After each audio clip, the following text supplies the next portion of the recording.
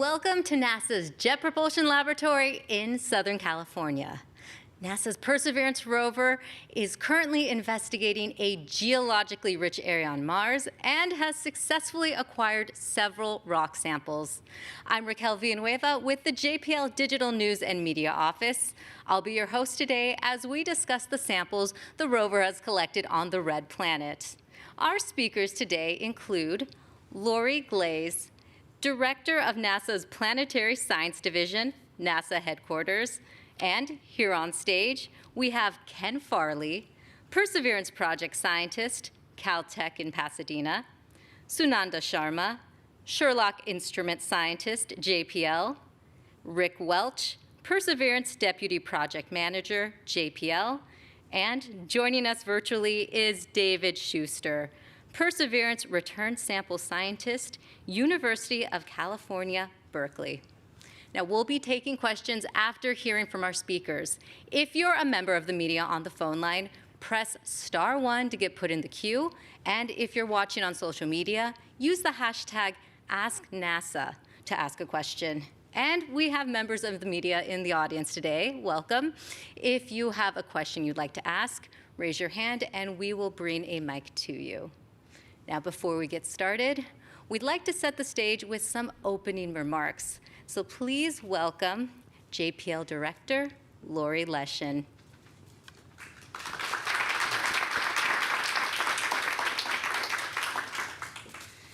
Well, welcome everyone and good morning.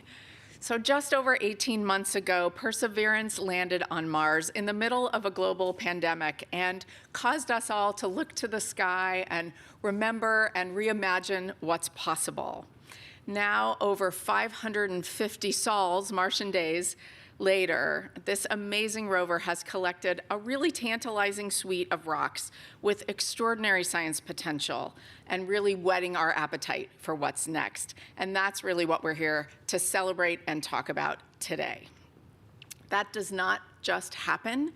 It happens through the collaboration of folks across disciplines, across organizations, across continents, and we're celebrating that as well.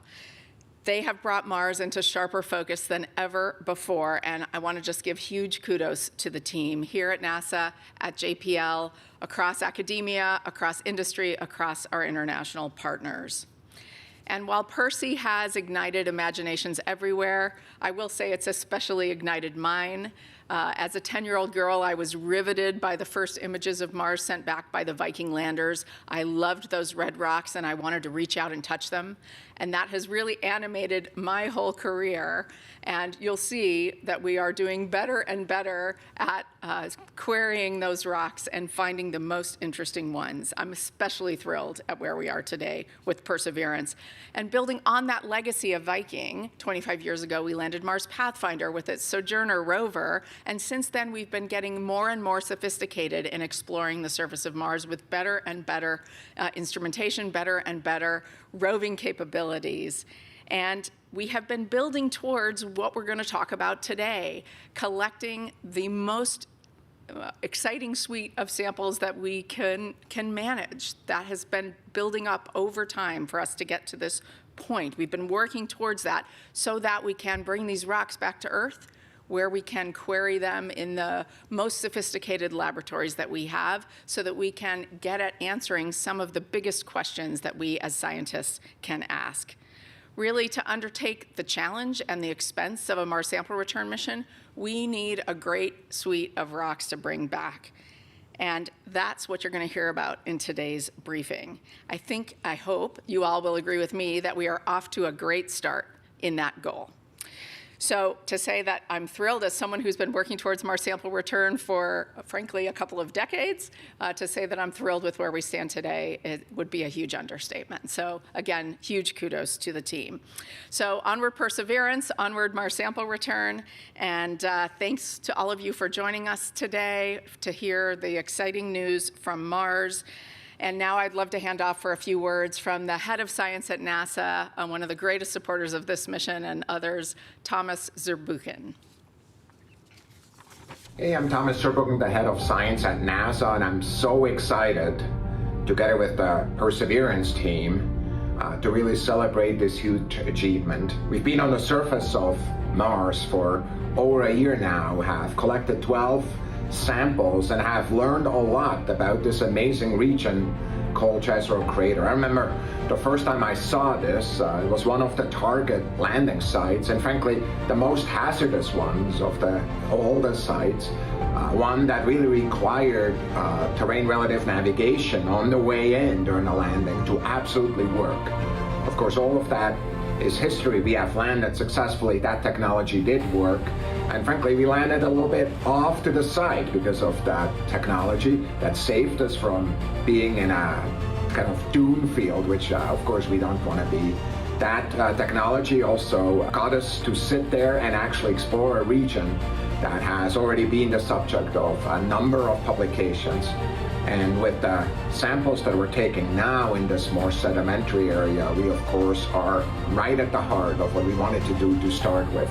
Look at areas where on Earth we would look at to actually see whether there's fossil life. I remember as a child playing in a place like this that used to be a coastal region elsewhere, now in the central part of Europe. So really excited for the results, and of course in my mind I'm also thinking of the international team that is going to bring those samples back to Earth with 2 missions in the late 20s. So in the early 30s, these amazing samples can be analyzed with the best labs available to humanity right here on Earth. Congratulations, Perseverance team.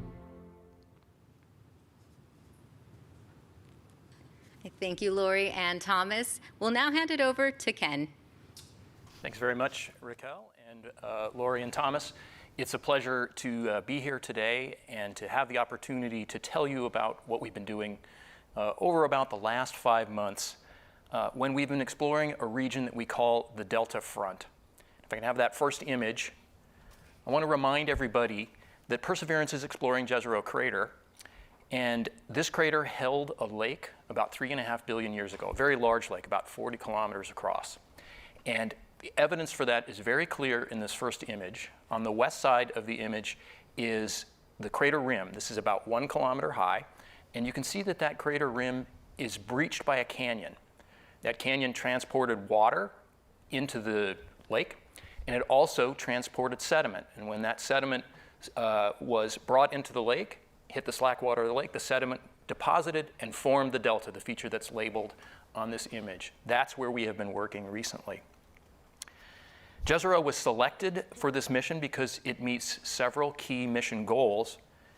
It allows us to explore an ancient habitable environment. It allows us to seek evidence of possible Martian life in rocks deposited at that time, about 3.5 billion years ago. And I want to emphasize, this mission is not looking for extant life, things that are alive today. Instead, we're looking into the very distant past when Mars's climate was very different than it is today, much more conducive to life. So we are looking for ancient life. And as you already heard from the previous speakers, we are preparing a diverse suite of samples for potential return to Earth by future missions. And I want to emphasize the idea of diversity. The objective of diversity is to allow these samples, when they come back, to be studied for a huge range of topics, not just astrobiology. There are a huge number of questions that can only be answered by samples that are brought back to Earth and investigated in terrestrial laboratories. So I'm happy to say that we have made excellent progress towards achieving the goals that I just laid out. We've also managed to piece together quite a detailed history of Jezero Crater, a history that is surprising. It's not exactly what we expected. The image that you see now also shows the route of the Perseverance rover in its 18 months on Mars, the white line. The region with the red star is where Perseverance is today. In the first year of the mission, we undertook what we called the crater floor campaign. That's on the southeast part of this traverse. This was exploring the crater floor, the rocks that are below the delta. And what we found is not what we expected to find. Many of us expected to find out there in the middle of this crater that once held a lake, we expected to find sedimentary rocks deposited in that lake. And instead, what we found is igneous rocks, rocks that were crystallized from a melt. So that suggests a history that is more complicated than we expected. This crater not only held a lake at one point, but prior to that, likely prior to it, it also had active volcanism and possibly even a lava lake filling that crater. So there's some complexity there that we hadn't actually expected. And we acquired some excellent samples of those igneous rocks. And this is an example of why diversity is important. Those igneous rocks will tell us a lot about the early history of a rocky planet, Mars. And in addition, one of the key things that an igneous rock return to Earth will allow us to do is for the first time put a quantitative age on the surface of Mars. This is something that we just infer indirectly at present. So it'll be very important to get quantitative estimates of age on returned igneous rocks. After we finished the crater floor campaign, we drove very quickly in that arc around to where the rover is today at the delta front. If I could have the next slide, please. So the delta front is a scarp cliff about 40 meters high. You can see that we have driven back and forth studying this place. It's a really interesting place. And the reason it's interesting is that the delta is a place where the sedimentary layers deposited in that lake are exposed in cross-section. So rather than just driving around on top of those sedimentary layers, we can actually drive up and see them one by one. If I could have the next image. This is from the area that you're going to hear a lot about. It's called Hogwalla Flat, and you can see two of those sedimentary layers. The area in the background, the cliff-forming layer, that's a sandstone. And then in the material in the foreground that is lighter toned, that's a mudstone. So these are sedimentary layers deposited in the lake that we have spent a considerable amount of time on. This specific area has probably the highest scientific value for exploration of the entire mission. This is the site that brought us to Jezero Crater. This is the place where we have the best chance to explore these ancient sedimentary rocks deposited in the lake. And what you're going to hear is that we have discovered rocks that were deposited in a potentially habitable environment in that lake, and we have been seeking potential biosignatures. I want to be very careful to define potential biosignature. This is something we've discussed a lot on the science team, and I want to make sure everybody understands the concept of potential biosignature. A potential biosignature is something that may have been produced by life, but also could have been produced in the absence of life. The key point about a potential biosignature is it compels further investigation to draw a conclusion. This is the way science works. We don't always know the answer. We have hypotheses. And the rocks that we have been investigating on the delta have the highest concentration of organic matter that we have yet found on the mission. You're going to hear more about that. And of course, organic molecules are the building blocks of life. So this is all very interesting in that we have rocks that were deposited in a habitable environment in a lake which carry organic matter. We don't yet know the significance of these findings. These rocks are exactly the kind of rocks we came to investigate, both with the rover and its scientific instruments, and also to bring back to Earth so that they can be studied in terrestrial laboratories. So time will tell what is in these rocks. So overall, I want to emphasize that the mission is proceeding extremely well. We are making very good progress at understanding the geologic history, finding some surprises in the history of the crater. And we are also making good progress in collecting this suite of samples for the Mars sample return effort.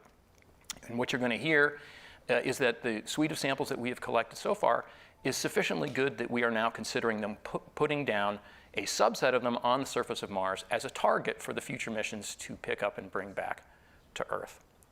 So good progress overall, and with that, I'll turn it over to David Schuster. All right, thank you, Ken, and good morning, everyone. Can everyone hear me okay? Yes. Okay. Yeah, so as Ken mentioned, we've spent something in the order of 5 months exploring this delta front region, and you saw the rover traverse in that first map that he showed. This image that you're looking at I like very much because the team worked very hard to find two different types of samples to collect from the delta front, and we ended up finding them only about 20 meters apart. These two rocks, named Skinner Ridge on the right and Wildcat Ridge on the left, are very different. They each have high science value for quite different purposes that I'm going to explain. Skinner Ridge, as Ken mentioned, is a sandstone. It's a fine to medium-grained sandstone. It contains, importantly, a quite diverse mixture of lithologies, meaning that it has a whole bunch of rocky material that was potentially transported into Jezero Crater from hundreds of kilometers outside Jezero. That's important because this is giving us material from a very far distance that the rover will not visit in this mission. Wildcat Ridge on the left, on the other hand, is a very different type of sedimentary rock. It is a fine-grained sulfate-bearing mudstone that also contains clays. And interestingly, this appears to have formed in salty water, possibly during the lake evaporation stage. So at some point, the lake filled up with water, and as that evaporated, it appears that this rock on the left formed. This is really important that this has sulfate in it and also clays, because that means that this rock has high potential for biosignature preservation, meaning that if there were biosignatures in this vicinity when that rock formed, this is precisely the type of material that will preserve that for us to study when they come back to Earth. So what we have here is both of these rocks are composed of sediments that were transported by liquid water. They were both deposited into a lake, and then they subsequently experienced aqueous alterations also involving water, and cementation after deposition. Thus, these rocks formed in and record conditions of a habitable environment. The next slide, please. In this image, you can see the layering that Ken mentioned up on Rocky Top, and I'm just showing you this because you can see the rover arm, and you can see Skinner Ridge in the lower part of this image. And if you look, you'll notice that there's an abrasion patch. There's a very light-colored circular position in that rock that I'm going to zoom in now. So if we can have the next slide. And what you're seeing here is a close-up Watson image of this abrasion patch. And every time I look at this sort of image, let's remark on how absolutely wonderful this is. We were looking at a very, very small region of space. Notice the 5mm scale bar. This is on Mars, right? And we're looking, and Sunanda is going to show us even a higher resolution image. We're looking in very, very fine detail. And what I'd like you to notice in this rock is that there are color variations that we can see. And we can also see that there are grains that appear to have been rounded. These indicate that this material, this sediment, these bits of Mars in the rock form have been transported down a river and deposited into Jezero Lake. Can I have the next slide, please?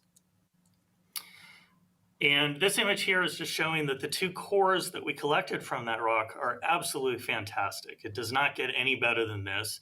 What you're looking at is the bottom of the core after we drilled it out of the rock, and both of these cores are full. They're as nice of a core as we have collected on this mission. And importantly, these materials will enable all sorts of science to happen, as Ken mentioned, upon return to Earth in laboratories on Earth. And importantly, we can determine when each one of these little bits of rocky material crystallized in this rock. In addition to that, we can also determine when the cementation, when this rock was cemented together in principle. We can learn a lot about the chemistry of the fluids that transported this rock, things like the temperature of that cementation. So we can learn a lot about when this material was deposited. Can I have the next slide, please? So this is now showing an image of the Wildcat Ridge, the other sampling location. And what you see in this image are the abrasion, that circle on the right, that we'll hear more about from Sunanda in a minute, and those two core locations on the left. So once again, we had an absolutely successful coring at this rock. Can I have the next slide, please? And these are the two cores from this rock. Again, the cores are both full. These are essentially slam dunk in terms of coring these two very important rocks at the front of the delta. Can I have the next slide, please?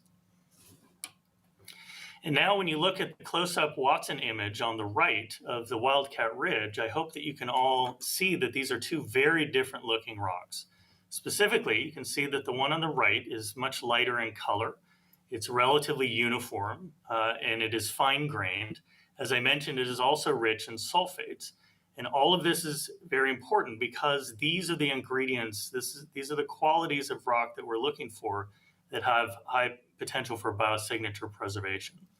So to summarize, both of these samples that we've collected from these two rocks record a paleoenvironment and environmental conditions of a formerly habitable environment. Both of these have very high scientific value for the next generation of scientists when these return to Earth to be studied in the laboratories that you've heard about. I think it's safe to say that these are two of the most important samples that we will collect on this mission, and we're all very excited about what we've found. And I'll pass it over to Sunanda now, who will tell us more about the Wildcat Ridge observations on the right. Thanks, David, and hi, everybody. It's great to be here. So I'll talk a little bit more about the science at Wildcat Ridge. So the observation of organic matter at Wildcat Ridge was made by one of the instruments that's on the rover arm that you can see highlighted in the image, which is called Sherlock. Sherlock gives multiple types of information. We have color images and black and white images, and also spectra. Spectra are basically signals that result from light interaction with a rock surface. The light that we use is a special type of laser that you can think of as a fancy black light, and it helps us see things in the rock that would otherwise be invisible to us.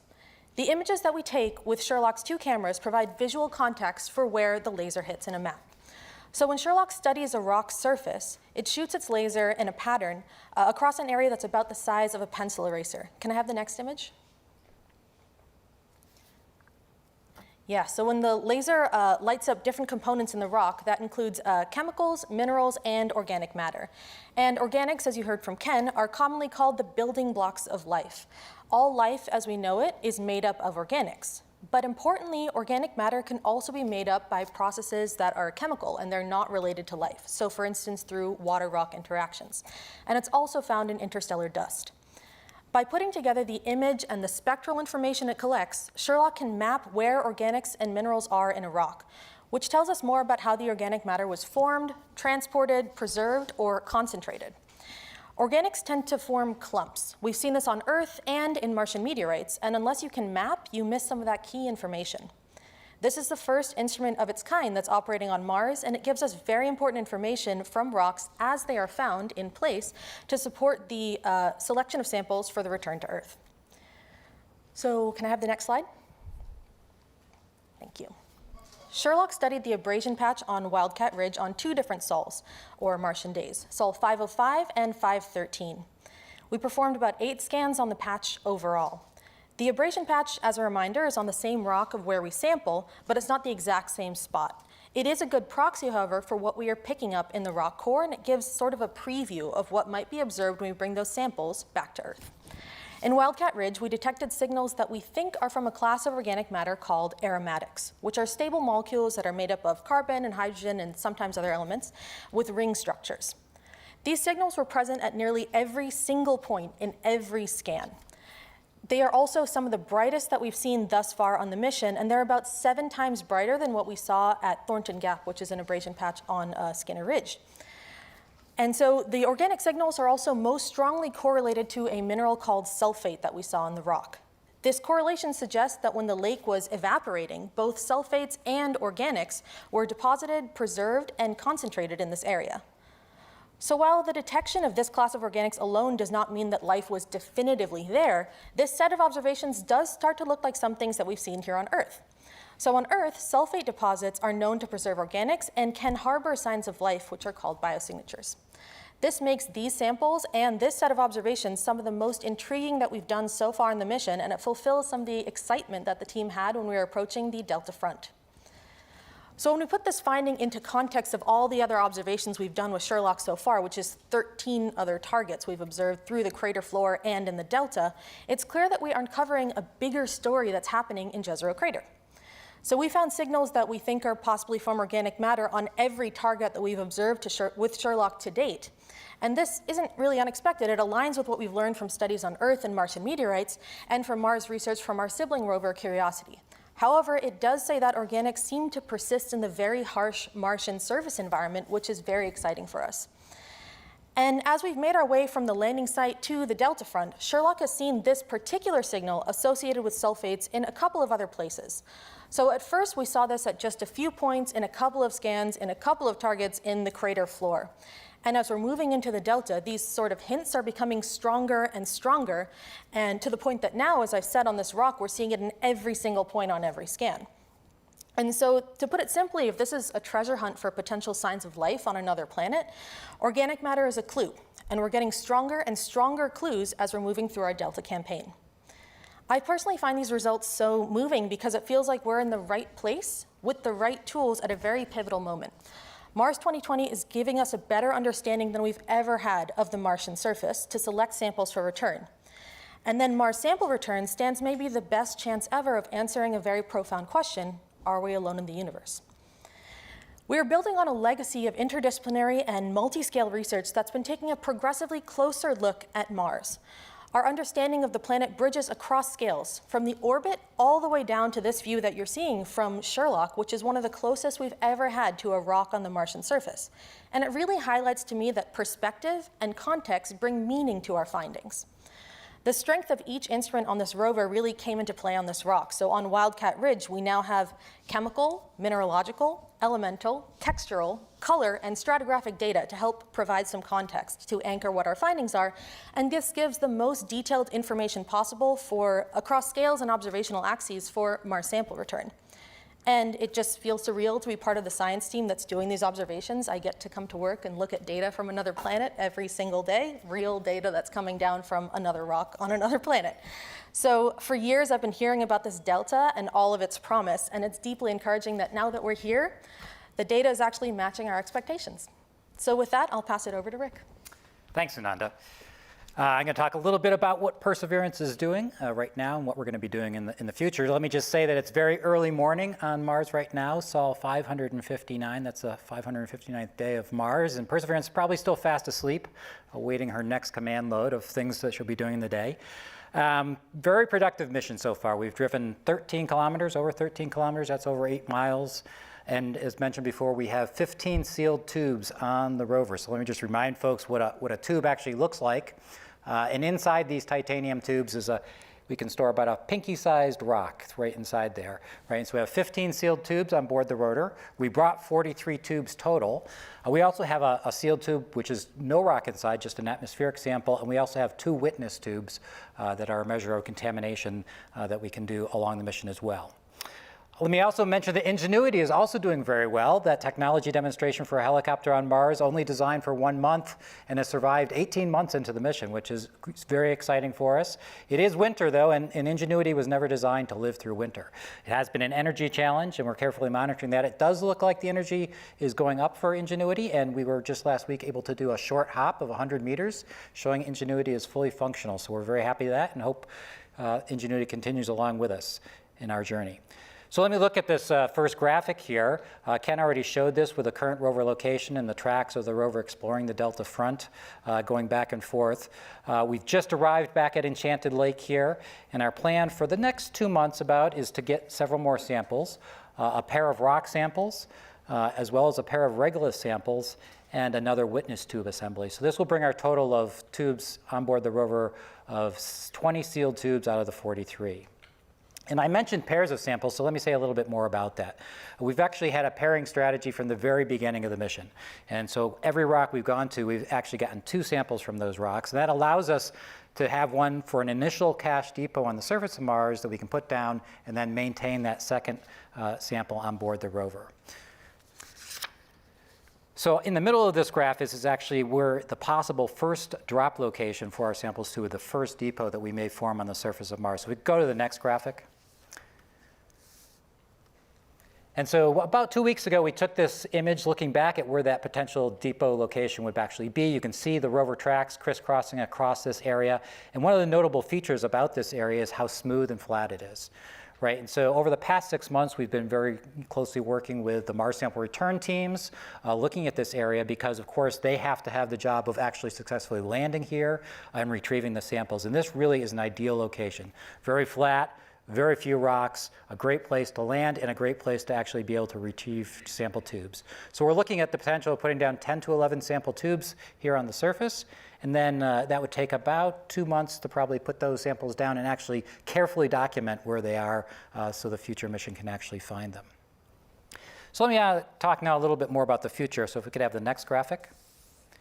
So what would happen after we put down that depot would be further exploration, right? We still have a set of samples on board. Where we want to go is up on top of the delta. So this dark black line shows a potential traverse paths we're actually looking at to explore the top of the delta, gather more samples, and get all the way over to where the edge of the lake was here in Jezero Crater, shown there near the crater rim on the left of the image.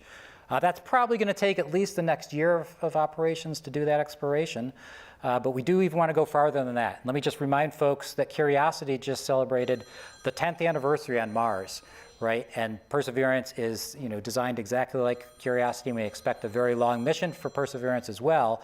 And so our long-term plan is to climb up the crater rim, to go beyond Jezero, explore and sample the area beyond that, and to have the potential to actually rendezvous with the Mars sample return missions in the future and actually deliver all the samples we've acquired at that time. So a very exciting prospect for the future. And with that, let me turn it over to Lori. Great. Thank you so much, Rick. Appreciate it. So just from everything we've heard here today and just the complete body of work that's been completed by this incredible Perseverance team to date, tells me that we not only went to the right place, but we sent the right spacecraft with the right science instruments to explore this amazing ancient environment on Mars. Ever since Perseverance's very first core was collected, we've said that the Mars sample return campaign is underway, and progress continues to be made, as you're hearing. So the Mars sample return campaign, it could really revolutionize humanity's understanding of Mars, by returning these scientifically selected samples for study using the most sophisticated instruments from around the world. So let's talk just a little bit about what's going on with that next phase of the Mars sample return campaign. We've recently made some changes to the campaign design, and if I can get the first image there, you can see our Mars sample return family portrait. Mars sample return, of course, this is a strategic partnership with the European Space Agency, and it'll be the first mission to return samples from another planet, and also the first to launch from the surface of another planet. The samples to be returned, those that are currently being collected by Perseverance now during its exploration of Jezero Crater and its ancient river delta, those samples are thought to be the best opportunity to reveal the early evolution of Mars, including the potential for life, as you've already been hearing here today. In this image, you can see Perseverance, who's not only collecting samples, but can be utilized to deliver the samples back to the sample return lander. In fact, based on a new assessment of the reliability and life expectancy for Perseverance, we now have increased confidence that the rover will be able to deliver those samples to the lander in the 2030 timeframe.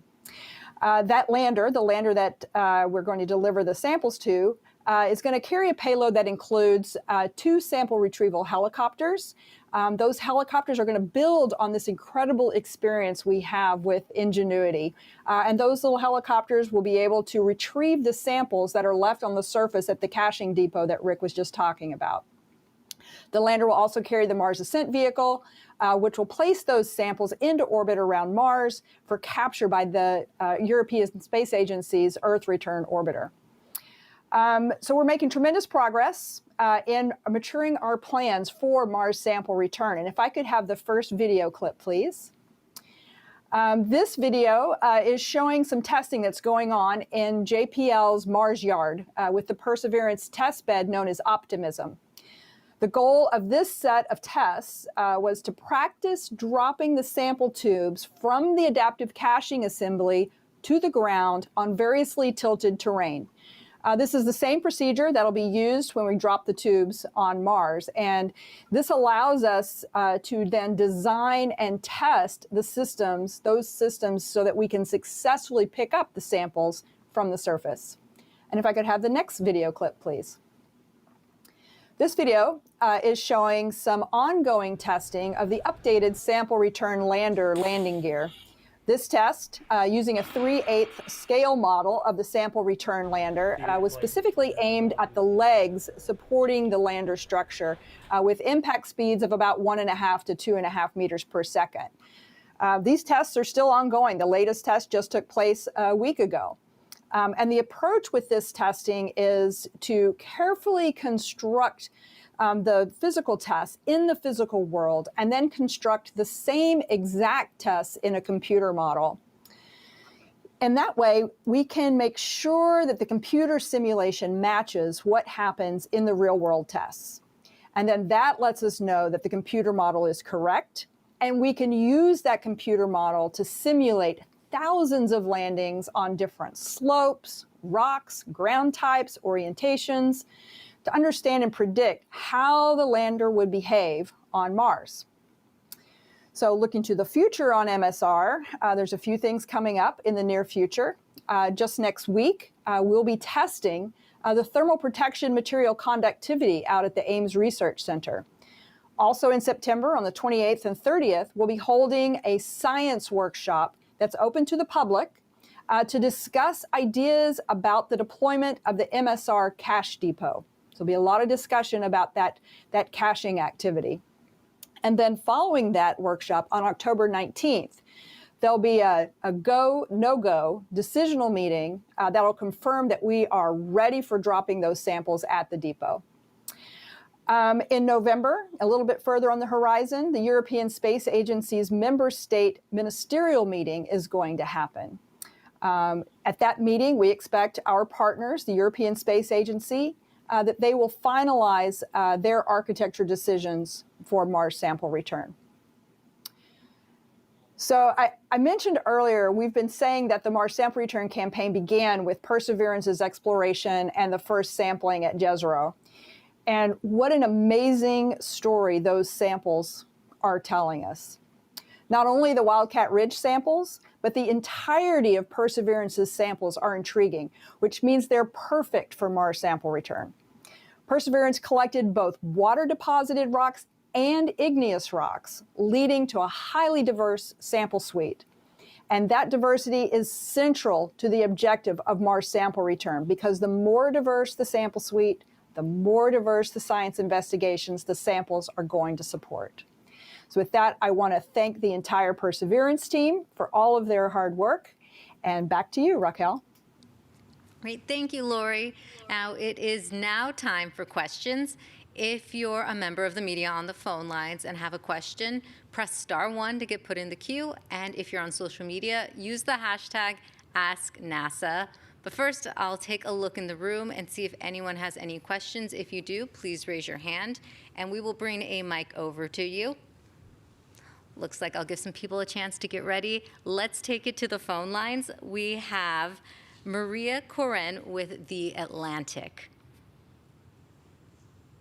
Hi, Marina Koren with The Atlantic. For Ken, a question about finding more igneous rock than you expected. You said that this means that before there was a lake in Jezero Crater, there was magma and lava. But I'm wondering if this discovery has made you reassess your current understanding of a lake here. For example, does this mean that the ancient lake was more short-lived than we might have expected? And a quick one for David, how does this igneous rock affect the story of how the lake even got there? You said the lake filled up, but how? Maybe this is a very basic question, but how did the lake even get there based on what you're seeing? Thank you. So we have an indication that there is a significant amount of material that was deposited in this crater after it formed. And it is undoubtedly, now we know, it is a mixture of different kinds of things, including the igneous rocks that I described, as well as the sedimentary rocks. And the reality is, all we can really know is what's exposed at the surface. So whether there are lake deposits that lie below the igneous rocks, we don't know. The question of how long the lake was present, this is an important question, and it is very difficult to determine that with the rover. This is the kind of thing that we are hoping to do with the return samples. So it doesn't make us doubt the existence of the lake, but I'll let David address that question. Yeah, I echo everything that Ken said. You know, one of the key variables that we really don't have much knowledge on is the time dimension, right? And so I think one of the important implications of the igneous rocks, first of all, let's be clear, the igneous rocks at the crater floor, at least some of which we collected, we think are clearly beneath the delta. So that means they were emplaced before the delta was emplaced. which at face value indicates that those were in place before the lake was present, or at least this iteration of the lake that we're observing. And so the key variable there that we really don't know is how much time we're looking at. For all we know, there could be hundreds of millions of years or more between when those igneous rocks were emplaced and then when the delta was emplaced on top of it. So I think to answer your question, if I understood it correctly, is it really doesn't have much bearing so much on how the lake formed, but it will have very important implications that, as Ken said, we will be able to quantify when these samples come back to Earth about when the lake was there, and then ultimately that will help inform our understanding of how long the lake was there, how many times the lake filled up, for example. Hopefully that answers your question. Right, thank you. We'll now move on to the second caller, which is Bill Harwood with CBS News.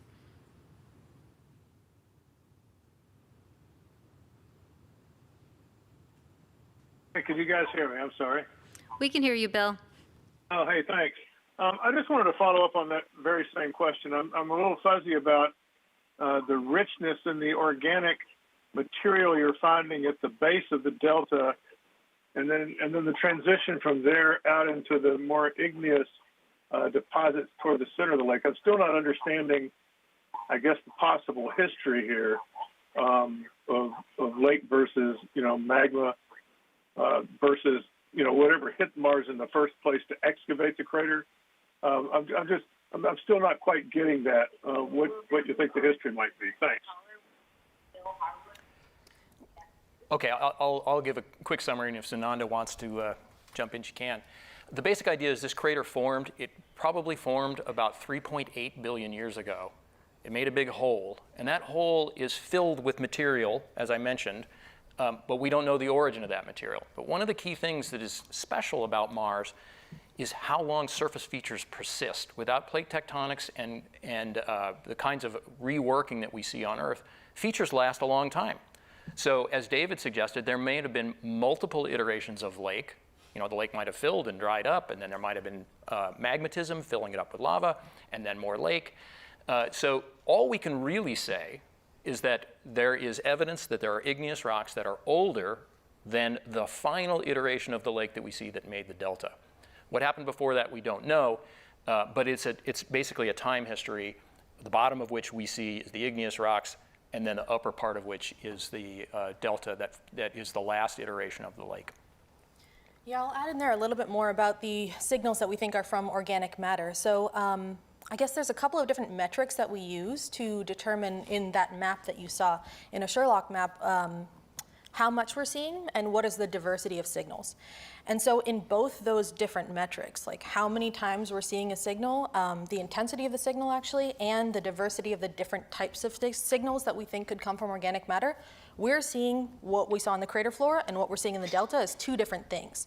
The exciting thing that I was mentioning is that we saw almost hints of now what we're seeing so loudly, so clearly in the delta as we are moving through the crater floor. So there's a relationship there, but these are two different distinct things. Thanks. Hope that answers your question, Bill. We are now going to switch it over to social media, and I'll hand it over to the JPL social media lead for questions. Yes, thanks everyone. We have so many great questions coming in. The first one is a question on the timing for the return of these samples. We actually have a few of these questions. Adam on Twitter asks, super exciting. A return mission would be very complicated and probably decades away, unfortunately. And to follow up on that, Melissa from Facebook asks, how long will the return trip take with the samples so we can study them? I'll take that one. Those are some great questions. And what's really exciting is that we have the technologies now to bring these samples back. I think this is just amazing. I think you heard Lori Leshin at the beginning perhaps say, that we are now really in the position that these samples are so compelling that we want to get them back. The Mars Sample Return Campaign that we're working on, as you say, is incredibly complex, but we expect to have 2 launches from Earth later this decade. The Earth Return Orbiter that'll carry the samples back to Earth is expected to launch in 2027 in our current design. And the Sample Return Lander will actually launch a little bit later, a few months later, in the spring of 2028. It'll arrive on the surface of Mars and spend a relatively short amount of time, hopefully, with Perseverance bringing samples, delivering them to the rover, or having the helicopter pick them up and bring them back to the lander.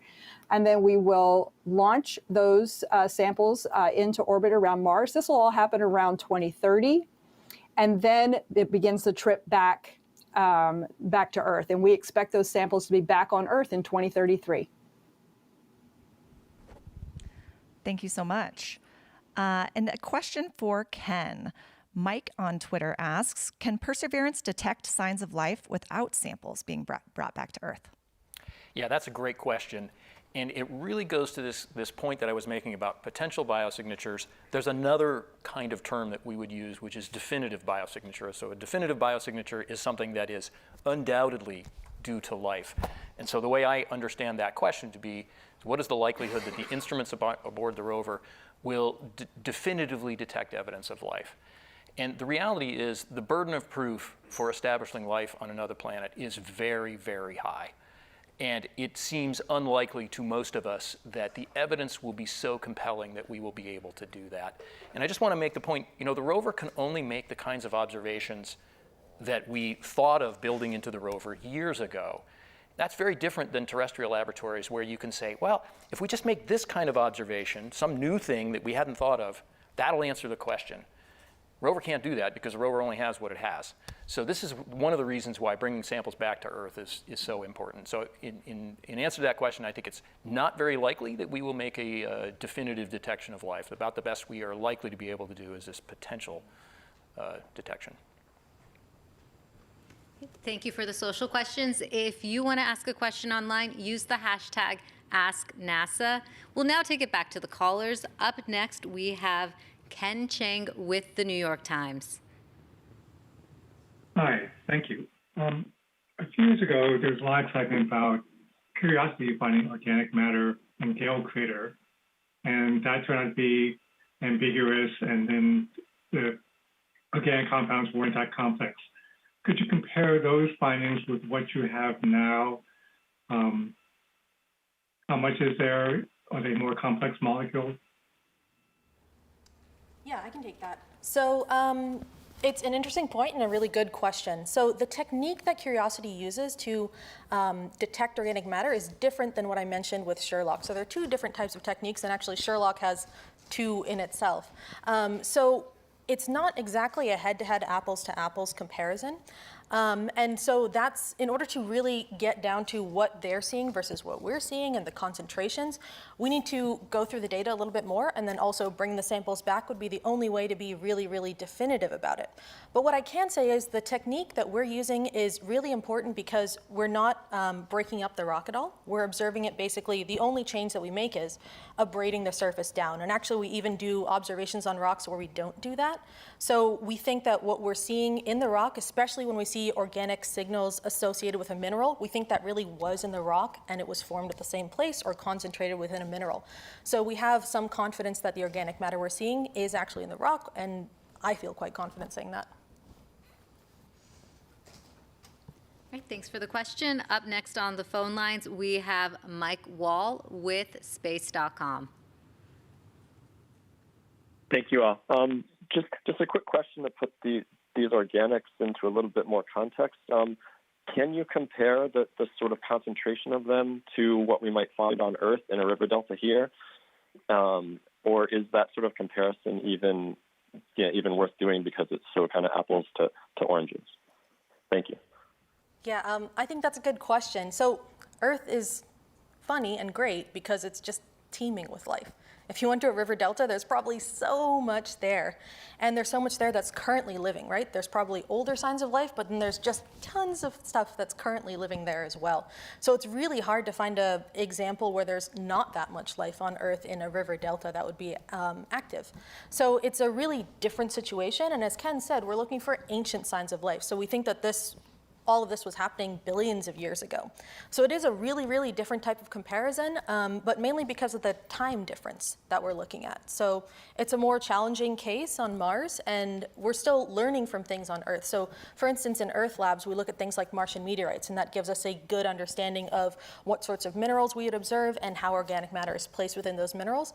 And of course, we do have analog sites on Earth that we think are somewhat representative of Mars that help inform our understanding of what we hope to see on Mars. Point to that. Hopefully you can hear me. The way that I think about this is these samples that we've collected, as we presented here today, have ingredients for life in terms of the environmental setting. This material was transported by water, it was deposited into a lake. We have fine particles that were settling out of that lake. We have phases that were formed during evaporation of the lake. All of these things, as we've discussed, have high potential for biosignature preservation. If these conditions existed, I think, pretty much anywhere on Earth at any point in time over the last, let's call it 3.5 billion years, I think it's safe to say, or at least assume, that biology would have done its thing and left its mark in these rocks for us to observe. And so that's really why we're so excited to be able to address these questions upon returning these samples to laboratories here on Earth. We have all of the right ingredients here. Great, we could hear you, David. And the next caller is John Amos from the BBC.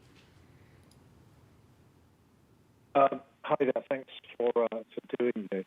Can I just talk about your future drive? There was a lot of discussion before we landed about the bathtub rim, which from memory was on the northern side of the delta. We don't appear to be going anywhere near that. Why is that? I'm not sure we can pull up the last image that Rick showed, which showed the traverse. But I think the question has to do with the area that we call the marginal units, the units on the margin of the crater. The route does traverse across that. It's not on the northern side, it's more on the northwestern side. There we go.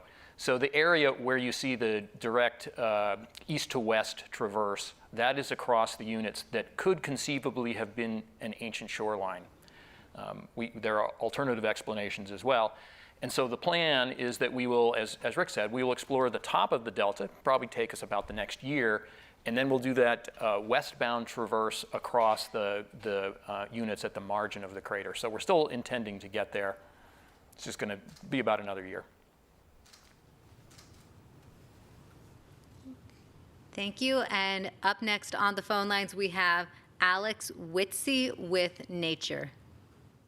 Hi, thanks. My question is for David Schuster. I wanted to ask if you could talk a little bit about the types of studies that you could do, especially on these fine-grained sedimentary rocks with organics. When we get them back on Earth, what are some examples of the types of analyses you would want to run on these rocks first thing to see what the organics really mean? Yeah, this question is one that many of us think about quite a bit.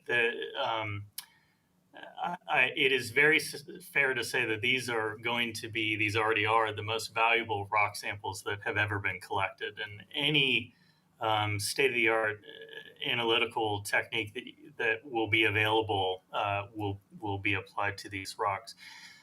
In terms of your question about the organics, one of the most important things that we can do is look at a very fine scale, at a much finer scale than we're able to with the rover. So, for example, we could look with various in situ measurements to look at the micron scale, where and what type of organics are seen, what minerals are they associated with. That will inform things like were those organics trapped in certain minerals at certain phases, for example, when that rock became cemented, when the sulfate precipitated. There are isotopic measurements that can be made on a fine scale of this sort. There are basic chemistry observations that can be made on a fine scale. So what we can do in a laboratory is obviously much different than what we can do with the rover. Obviously, the instruments that we have in the rover are extraordinary in the fact that we can make these observations organic molecules on Mars to begin with is just awesome. But it's really the level of detail spatially that will be different here on Earth. Thank you. And then up next on the phone lines, we have Ramin Skipa from Wired. Hi, thanks. This is Ramin. I was a little bit confused, so I'm not sure who I should direct the question to, but I was a little confused about how the sample return will work. Is the plan to have a cache of samples on a flat area that will be retrieved, and Perseverance also deliver samples? Like, are both of those things happening, or are you exploring both and to see what is more feasible, or what exactly? I don't know if Rick wants to say something first, or I can take this one. Go ahead, Lori. Okay. So right now, as I mentioned, the Perseverance rover, we just did some analyses on its reliability and its expected lifetime. And, you know, Curiosity was mentioned already a couple of times here that Curiosity has already gone more than 10 years and is still going strong. And so we expect that Perseverance will likewise be able to still be operating in very, very good condition when we need to have those samples delivered in 2030. So what the plan is right now, you heard us discussing, you heard Rick talking about potentially dropping as many as like 10 or so samples on the surface in a caching depot over the next several months. That would happen down here in front of the river delta. We know we have a good landing site for the sample return lander in this area. It's very smooth, it's very flat, it's very even. It's a great place for the lander to land. And so kind of as a backup plan, we want to make sure that we're leaving some samples here that we know for sure, you know, if anything happens in the future that would preclude us from being able to get the samples back using Perseverance, we've got this backup cache depot on the surface. And so we're as we're designing the lander, we're including the helicopters, again, as kind of this part of this backup plan, that if we end up landing in a place where we need to pick up samples from the surface, from the cache depot, we'll have those 2 helicopters. I believe each of them can carry back as many as like 15 tubes. So we'd have more than we need for this particular cache depot. But that's kind of the backup plan. The main plan is that Perseverance will still be going strong. It may, as you heard from Rick, it may be outside the crater. It may extend out and go start exploring outside of Jezero Crater. And, you know, if we can find a good place for the lander to land up there, we'll be looking, of course, and hopefully Perseverance still going strong. Then we can land the sample return lander near Perseverance, and Perseverance can just drive over and drop off the samples there at the lander. Not just the duplicates of the ones that'll be at the cache depot, but all of the extra samples, the additional samples that we intend to keep collecting as we continue our exploration. So that's the baseline plan, that we would be able to use Perseverance and that we would drop the lander, you know, deliver the lander somewhere near Perseverance so that we can use Perseverance.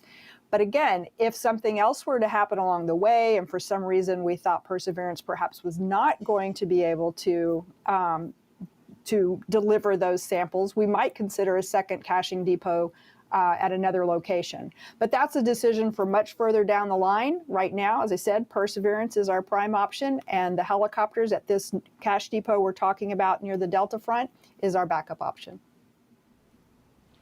Okay, thank you. Mm-hmm. Great, thanks. Up next, we have Jim Siegel on the call with NASATech.net. Hi, everybody, and thank you for taking my question. With respect to the Earth return mission,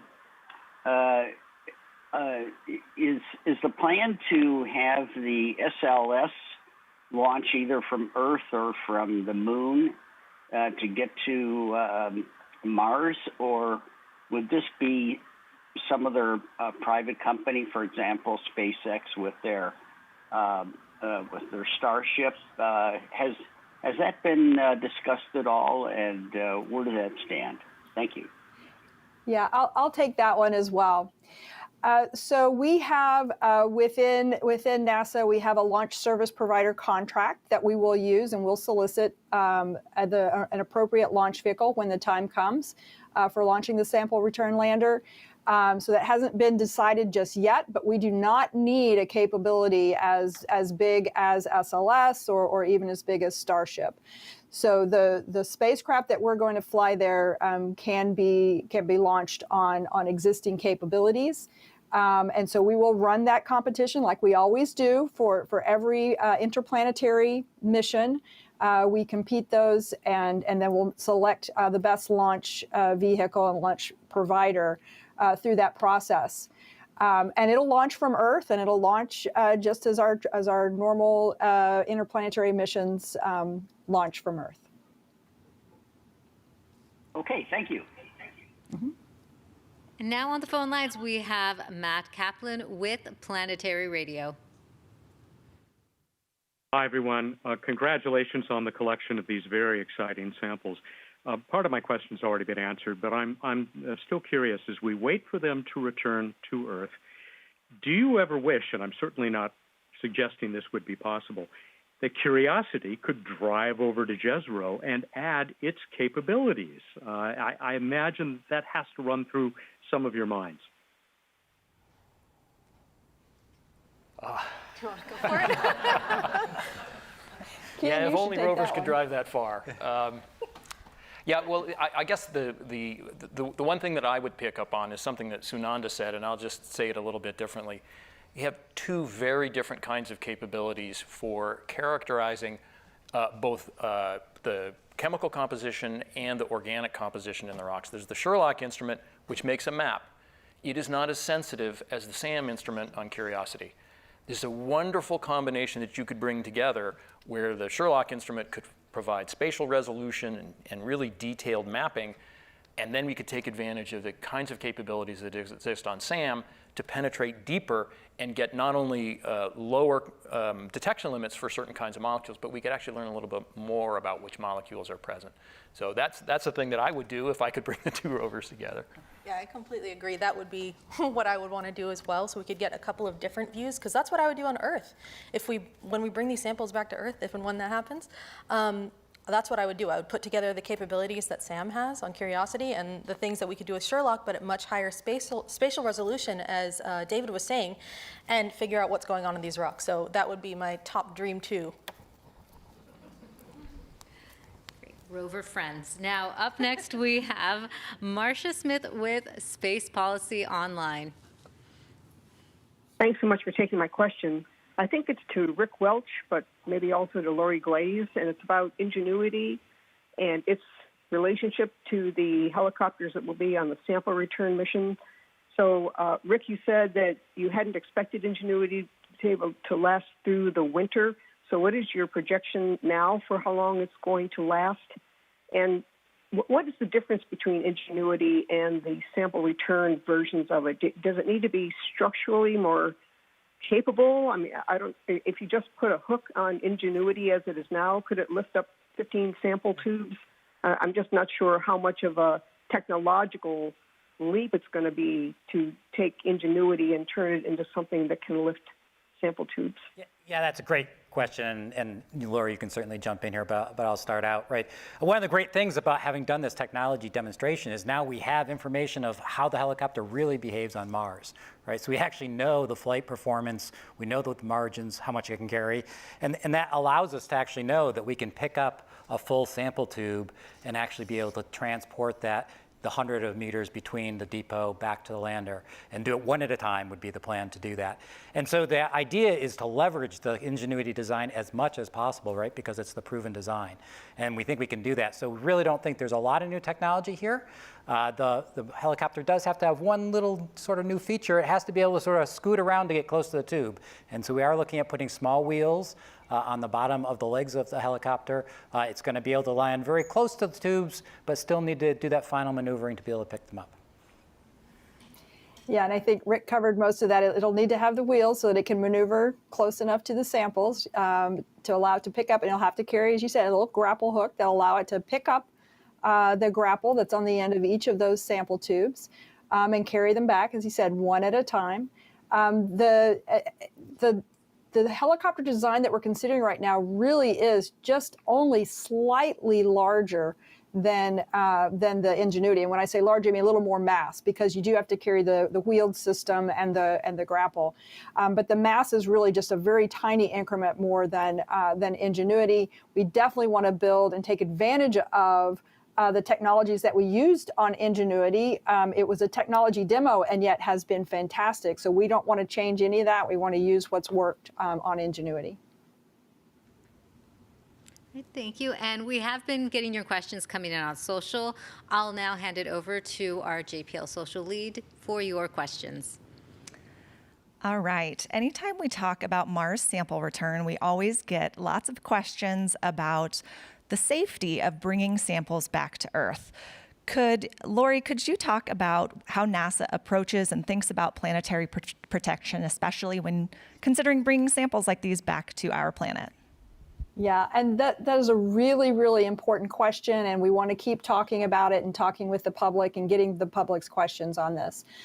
So the first thing I really want to do is stress that right now the conditions on Mars are really not conducive to life. We really do not expect anything to be alive on the surface there today.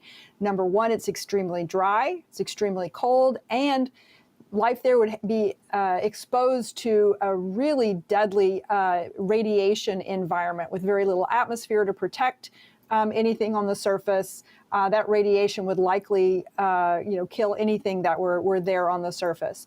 So it's highly unlikely. The probability of something being alive on the surface that could be dangerous is very small. That being said, we are still being very cautious. We are making sure that when the samples are launched into orbit and then transferred and captured into this capture and containment system on the Earth Return Orbiter, there's multiple layers of seals in there, so that we've done something we call breaking the chain, so that there's no chance of any of the Mars material actually getting outside of that Earth return system and coming into the Earth's atmosphere. All of the Mars material will be contained inside of that Earth return system. We've designed the entry system such that it doesn't even need to rely on a parachute. So one of the biggest risks we have on an atmospheric entry is that the parachute doesn't deploy properly. Well, we've said, let's just bypass the parachute altogether. We will just plan on a hard landing, and we've done many tests of landing a heat shield on hard desert floor, such as they will experience in the Utah desert when the sample return canister comes back, and maintain the integrity of the structure, and particularly the structure of that the sampling container that holds the samples. We'll then make sure that we have all the proper precautions in place as we open and disassemble the entry system. And make sure that we are keeping the sample contained until we're confident that it's safe to be handled and safe to be distributed for the scientific analysis. And we don't expect that to take terribly long. I just want to say we want to get those samples to the scientists as quickly as possible. Low probability that there's something dangerous, but we're going to make sure that we know. Thank you. This question is for possibly Sunanda or Dave. Daniel from Facebook asks, is it safe to assume that there will be a program similar to the Apollo moon samples in which a portion of the Mars samples will be archived for decades to take advantage of evolving analysis capabilities? I'll let you take this one, David. I'll add. Yeah, I'm actually really happy to have this question because I have worked on Apollo samples, and these samples, I'm gonna reveal my age, but these were collected before I was born. And that archive that happened with the Apollo samples is extraordinary. And of course, the obvious reasons for doing this is analytical technologies and laboratories change through time, and they change, in fact, quite rapidly. That said, as you heard today, and I hope you all appreciate, the size of these samples is very, very small relative to the Apollo samples that we collected. But almost certainly, I should have started by saying I don't know the details, but almost certainly some portion of these samples will be archived in a similar manner. Lori, you may have something more to say about that. I am certain people are thinking this through very carefully, but I will say it's obviously going to be pretty complicated to figure out who gets to measure what on which sample. It will be, but we have processes in place for doing that, particularly through the Apollo sample programs. We have ways to do that allocation. We're also, of course, working extremely closely with the European Space Agency. We are partners on this Mars sample return mission. And so the one thing that we are planning to do, which is a little different from normal, is that this will be a jointly owned sample, both Europe and the U.S. These are our samples. It will be a collection that is for everyone, and we will probably curate it in different places, but we'll have the process for allocating those. And absolutely, there are plans to preserve significant fractions of the samples for future. That's, as you said, that is the incredible value of these sample return programs that we have, is that we can save large fractions of the sample, as you say, for future analytical capabilities, for new hypotheses to be tested in the future that we don't even know to test yet. And we've seen that demonstrated with the lunar samples, with the most recent samples that were opened almost 50 years after they were collected, still in their pristine sealed sample tubes. Fantastic opportunity to test new hypotheses and allow the new generations of scientists to look at those samples. Sunanda, did you have anything you'd like to add? No, I just want to agree with that. I just wanted to bring up one point from studies on Martian meteorites. Some of those, for instance, those give us an idea of what Mars is made up of, and those have been studied for decades. Like, I studied one last week, and that's been studied for a really long time, and we have newer capabilities in the lab, as Dave was mentioning, that we didn't have when they were first discovered. So it's a really great opportunity for science to develop, and I think getting new samples will really spur the development of new technology. So I'm excited to see that happen. Thank you. And we have lots of questions still coming in. Let's go back to the phone lines. We have Marina Koren with The Atlantic. Hi, Marina with The Atlantic again. I am looking at the names of each sample, and I'm wondering what naming conventions you're using, specifically Hazeltop and Bear Wallow, which I believe you said are the samples that you're most excited about. And perhaps if they contain what you're hoping they contain, these names might become more famous in coming years. So I'm curious how you've come up with all of these. Thanks. Yeah, I'll answer that.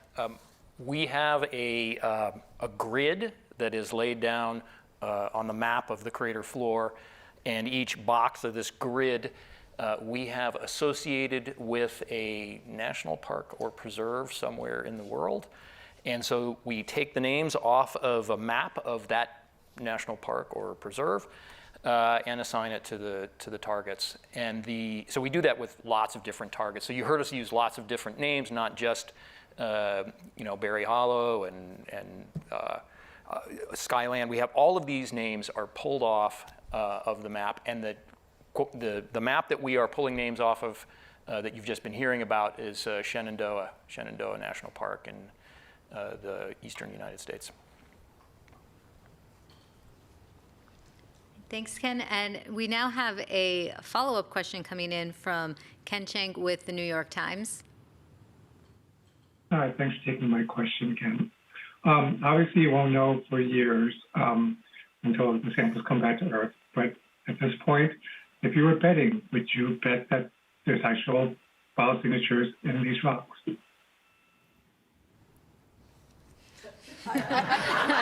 Let's just say we are not going to bet. Yeah. We're going to decline. We're going to look at the data. All right, and let's take it back to the phone lines. Next up, we have Ken Kramer with Space Up Close. Hi, thank you for taking my question, and good luck on congratulations on everything you've done so far. I'm wondering about Why do you think that these samples are aromatics, the organics? Why do you think they're aromatics? And do you see any evidence for any functional groups like amines, halogens, hydroxyls, anything like that? Thank you. Yeah, that's a really good question. So I'll first start by giving a little more information about Sherlock. So Sherlock doesn't see all organics equally. It has sort of a preference, and aromatics is something that we would sort of preferentially see because there's some enhancement that we have. So that's why we think when it's showing up, and it's showing up so clearly, more likely that it looks like aromatics. And then we also have analog instruments here at JPL and a couple of other places that we have reference libraries that we've built up. So basically every time we get signals, we compare to our reference libraries that we've developed using the analog Sherlock instruments, and then compare to see what those signals look like. So that's why we think that this one is aromatic, because it matches the things that we're seeing in the library. And then what was the last part of the question? I think I missed something. Any functional groups like amines, halogens, hydroxyls, what are on these aromatics, if you might know? I don't think the data can tell us that yet. I think we gotta get those back and find more information about it, because the data that from the surface will only tell us so much. All right, thank you. Well, that is all the time we have for questions today. Thank you so much to our speakers, and thank you for your questions. If you have additional questions, please contact the media line at 818-354-5011 if you have any follow-ups. And for more information on the mission, visit nasa.gov/perseverance and mars.nasa.gov/perseverance. And we've got a new feature on the Perseverance site where you can do a deeper dive on the samples we've collected. So check out mars.nasa.gov/mars-rocks-samples. And don't forget to follow us on social media at NASA Persevere. Thank you for watching.